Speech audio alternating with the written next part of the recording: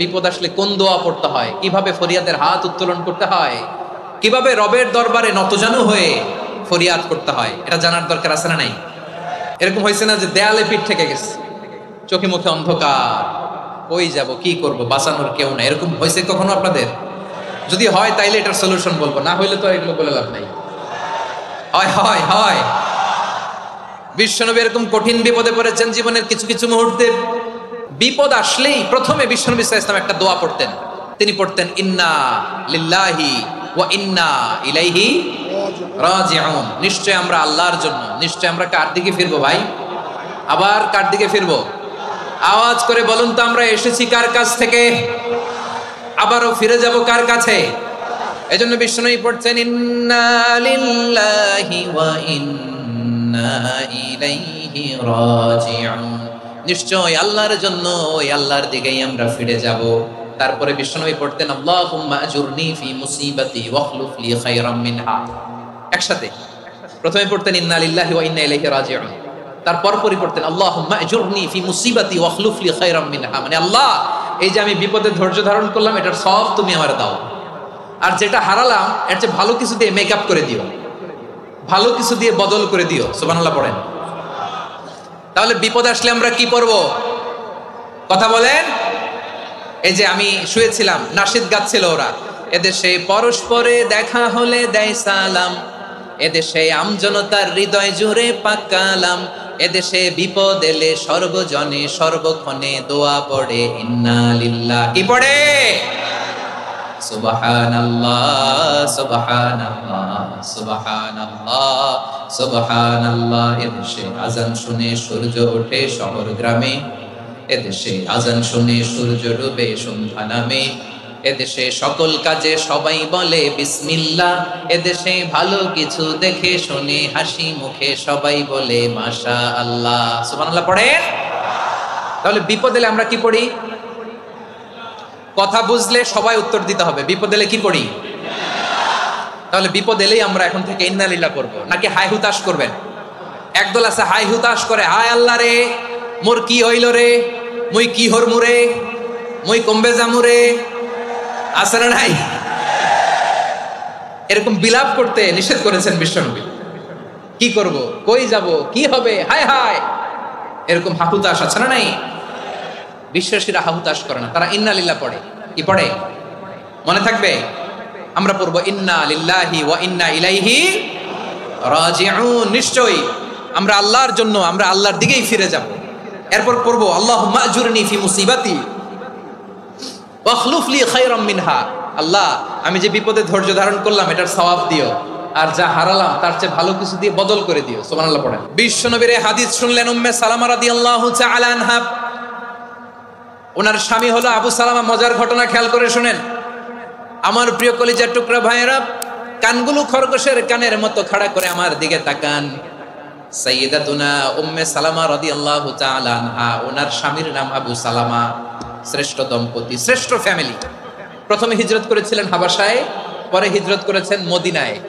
উহুদ যুদ্ধের পরে ওনার স্বামী আবু সালামা ইন্তেকাল করলো, শহীদ হলো। সুবহানাল্লাহ পড়েন। যখন আবু সালামা ইন্তেকাল করলো, উম্মে সালামা রাদিয়াল্লাহু তাআলা আনহা কেঁদে কেঁদে হয়রান। আর নবীর শিখানো বাণী অনুযায়ী তিনি বারবার পড়ছিলেন ইন্না লিল্লাহ। কি পড়ছিলেন? মুই কই জামু, কি হরমু, এগুলো বলে নাই। কি বলছে? ইন্না লিল্লাহ। যেহেতু বিশ্বনবী বলেছেন কেউ যদি বিপদের প্রথম ধাক্কায় পড়ে ইন্না লিল্লাহি ওয়া ইন্না ইলাইহি রাজিউন, আল্লাহুম্মা আজুরনি ফি মুসিবাতি ওয়াখলুফ লি খায়রাম মিনহা, তাহলে এই বিপদে যে সে যা হারালো তার চেয়ে শ্রেষ্ঠ কিছু দিয়ে আল্লাহ তার বদল দিয়ে দিবে।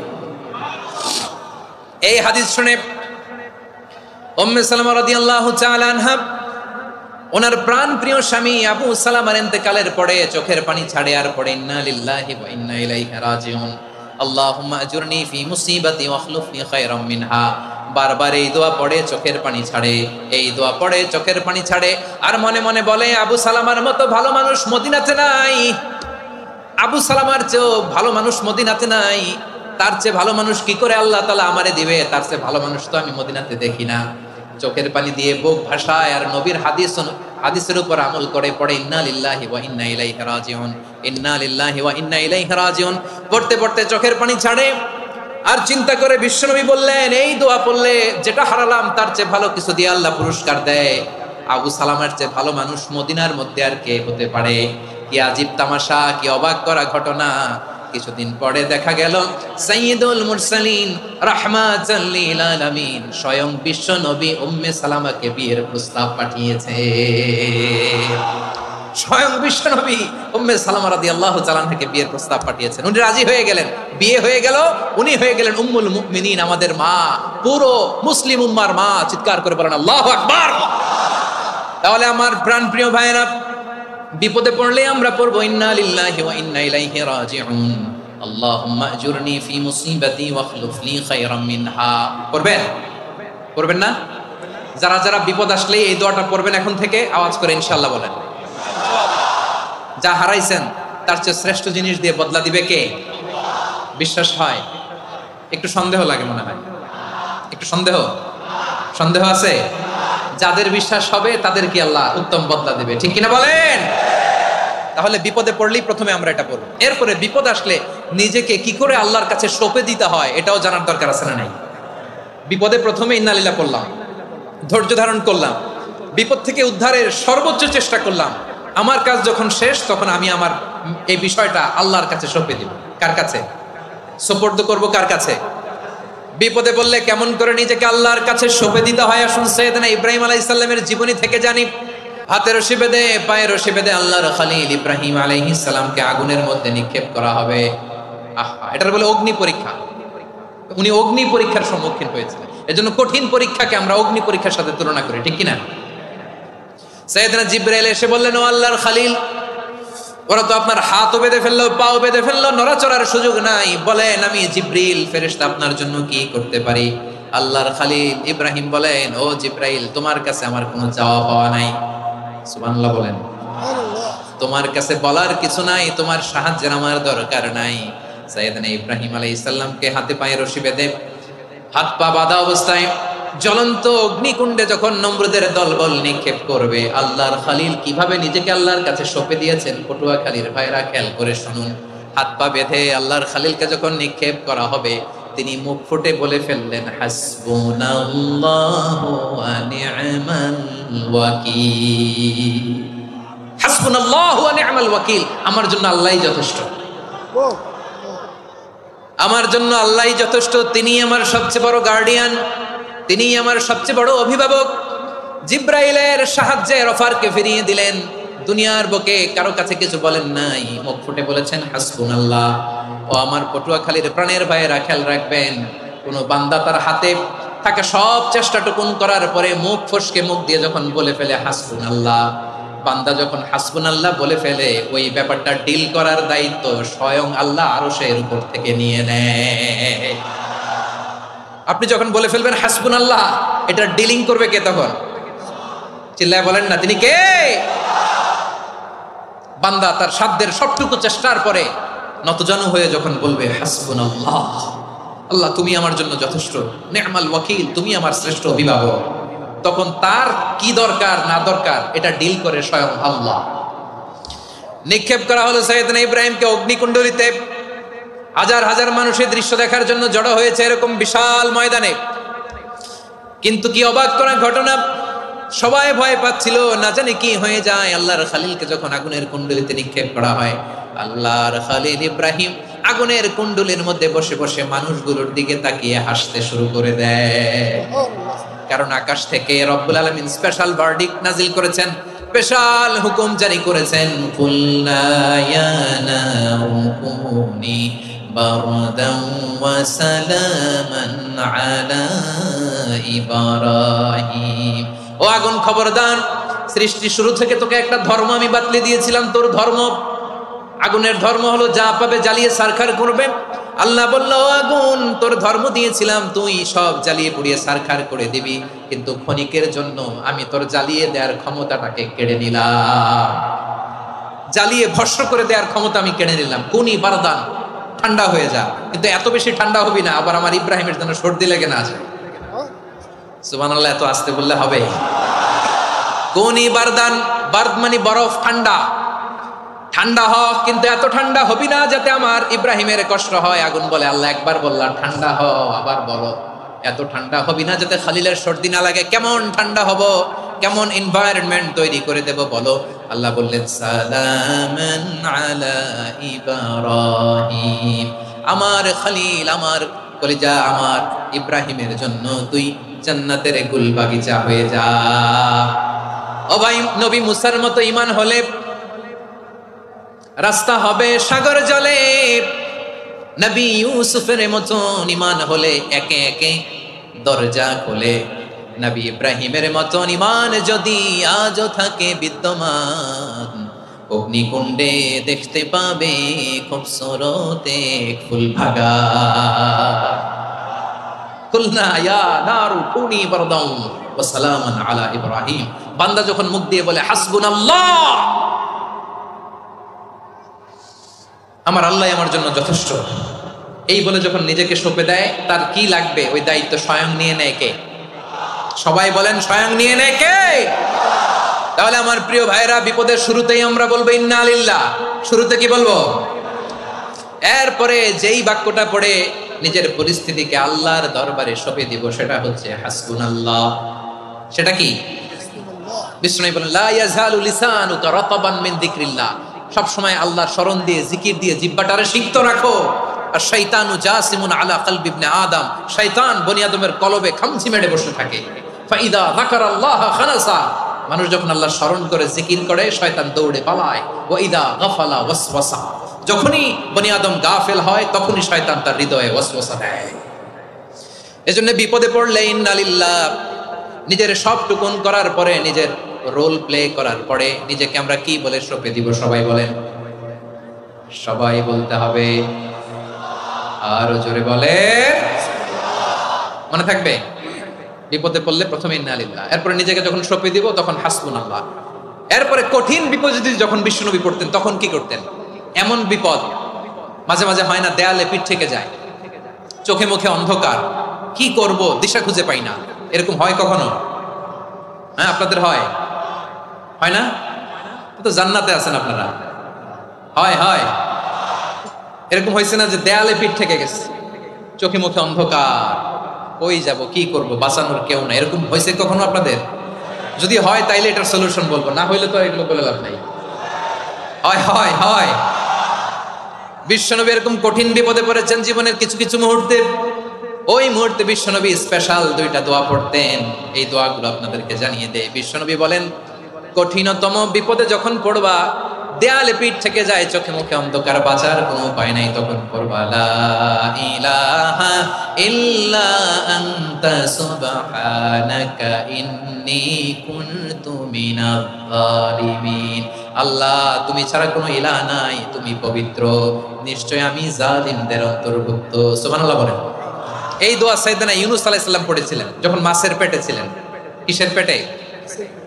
এবং অনেক মুফাসসিরিন ইকরাম বলেছেন, অনেক আহলুল ইলমরা বলেছেন, এটা হচ্ছে ইসমে আজম। ইসমে আজম এমন দোয়া যেটা দিয়ে দোয়া করলে আল্লাহ দোয়া কবুল করে, কিন্তু এটা কোনটা, এটা নিয়ে ইখতিলাফ আছে। কোন আহলুল ইলম বলেন লা ইলাহা ইল্লা আনতা সুবহানাকা ইন্নী কুনতু মিনাজ জালিমিন, এটা হচ্ছে ইসমে আজম। বিপদে পড়লে এই দোয়া পড়তে হয়, লা ইলাহা ইল্লা আনতা সুবহানাকা ইন্নী কুনতু মিনাজ জালিমিন। এটা পড়বেন আপনারা। এই দোয়া পড়ে সাইয়েদনা ইউনূস আলাইহিস সালাম মাছের পেট থেকে রক্ষা পেয়েছিলেন। রক্ষা করেছিল কে? তুমি ইউনূস নবী রে যখন খাইলো মাছেতে গিলিয়া, ফেরেশতা পাঠাইয়া দিলে ইসমে আজম দিয়া। প্রাণে ছিল যাহার ভয় সেথা পাইল আশ্রয়, প্রাণে ছিল যাহার ভয় সেথা পাইল আশ্রয়। মাছের পেট হতে সে যে পেল পরিত্রাণ। আল্লাহু আল্লাহু তুমি জাল্লে জালালুহু, শেষ করা তো যায় না গে তোমার গুণগান। আল্লাহু আল্লাহু, সুবহানাল্লাহ পড়ে। লা ইলাহা ইল্লা আনতা সুবহানাকা ইন্নী কুনতু মিনাজ জালিমিন। বিশ্বনবী বললেন, দেয়ালে পিঠ থেকে গেলে, চোখে মুখে অন্ধকার, বাঁচার কোনো উপায় নাই, তখন এই দোয়াটা পড়তে হবে। এই দোয়া পড়ে আল্লাহর কাছে ফরিয়াদ করলে বিপদ মুক্ত করবেন কে? এই দোয়াটা আল্লাহর কাছে এত পছন্দনীয় কারণ এই দোয়ার প্রথম অংশে আছে তাওহীদ, আল্লাহর একত্ববাদের ঘোষণা। লা ইলাহা ইল্লা আনতা, ও আল্লাহ আপনি ছাড়া কোনো ইলাহ নাই, উপাস্য নাই। এই কথা বললে আল্লাহ বড্ড খুশি হয়ে যায়। সুবহানাল্লাহ পড়েন। এ দোয়ার দ্বিতীয় অংশে আছে তাসবিহ, মানে আল্লাহর প্রশংসা, প্রশংসা সূচক বাণী। সুবহানাক সুবহানাক সুবহানাক, ও আল্লাহ আমি আপনার পবিত্রতা ঘোষণা করছি, সুবহানাক। এই কথা শুনলেও আল্লাহ খুশি হয়ে যায়। সুবহানাল্লাহ পড়েন। এই দোয়ার তৃতীয় অংশে আছে তাকরীর। তাকরীর মানে পাপের স্বীকৃতি। তাকরীর মানে কি? তাকরীর মানে পাপের স্বীকৃতি। এই দোয়ার তৃতীয় অংশে আছে ইন্নী কুনতু মিনাল যালিমিন, ও আল্লাহ আমি জালিমদের অন্তর্ভুক্ত। আল্লাহ আল্লাহ আমি জালেম, আল্লাহ আমি ভুল করেছি, অন্যায় করেছি, আল্লাহ আমি জালিমদের অন্তর্ভুক্ত। এই পাপের স্বীকৃতি, অ্যাকনলেজমেন্ট আল্লাহ বড্ড পছন্দ করে। যখন আল্লাহর কাছে আপনি ছোট হবেন, ছোট হতে হতে যত ছোট হবেন ওই দৃশ্যটা দেখতে আল্লাহ বড্ড পছন্দ করে। সুবহানাল্লাহ বলেন। 3 নম্বর অংশ ইন্নী কুনতু মিনাজ জালিমিন, আল্লাহ আমি জালেমদের অন্তর্ভুক্ত। সাইয়েদনা আদম আলাইহিস সালাম ভুল করে যখন নিষিদ্ধ গাছের ফুল খেয়ে ফেললেন, ফল খেয়ে ফেললেন, আল্লাহ বললেন আদম ক্ষমা পেতে চাইলে তুমি আর হাওয়া মিলে স্বীকৃতি দাও, পাপের স্বীকৃতি আর পড়ো, রব্বানা যালামনা আনফুসানা ওয়া ইল্লাম তাগফির লানা ওয়া তারহামনা লানাকুনান্না মিনাল খাসিরিন। ও আল্লাহ আমি আদম আর হাওয়া যালামনা আনফুসানা, আমরা আমাদের নফসের উপর বড্ড জুলুম করেছি। আল্লাহ ওয়া ইল্লাম তাগফির লানা ওয়া তারহামনা, আপনি যদি ক্ষমা না করেন, আপনি যদি দয়া পরবশ না হন, আপনি যদি রহম না করেন, আমরা তো ক্ষতিগ্রস্তদের মধ্যে শামিল হয়ে যাব। এই দোয়া করার সাথে সাথে সাইয়েদনা আদম আর হাওয়া আলাইহিস সালামকে ক্ষমা করে দিলেন কে? তাহলে প্রিয় ভাইয়েরা, বিপদে পড়লেই প্রথমে কি পড়বেন? পটুয়াখালী ভুইলা গেছে। বিপদে পড়লেই প্রথমে ইন্না লিল্লাহ কি বলে নিজেকে আল্লাহর কাছে সঁপে দিতে হয়? হাসবুনাল্লাহ। চরম বিপদে দেয়ালে পিঠ থেকে গেছে, তখন লা ইলাহা ইল্লা আনতা সুবহানাকা ইন্নী কুনতু মিনাজ জালিমিন। এরপরে লা ইলাহা ইল্লাল্লাহুল আযীমুল হালিম, এই দোয়া। আকস্মিক বিপদ, হঠাৎ যেন কোনো বিপদ আমাকে পেয়ে না বসে, এটার জন্য বিসমিল্লাহিল্লাযী লা ইয়াদুররু মা ইসমিহি শাইউন ফিল আরদি ওয়ালা ফিস সামাই ওয়া হুয়াস সামিউল আলীম। সকালে 3 বার, রাতে 3 বার। আর মারাত্মক tension, hyper tension, anxiety, depression থেকে বাঁচার জন্য 2 দোয়া, ইয়া হাইয়্যু ইয়া কাইয়্যুম, ইয়া হাইয়্যু ইয়া কাইয়্যুম, মনে থাকবে? আর আল্লাহুম্মা ইন্নী আবদুক, এই দোয়া।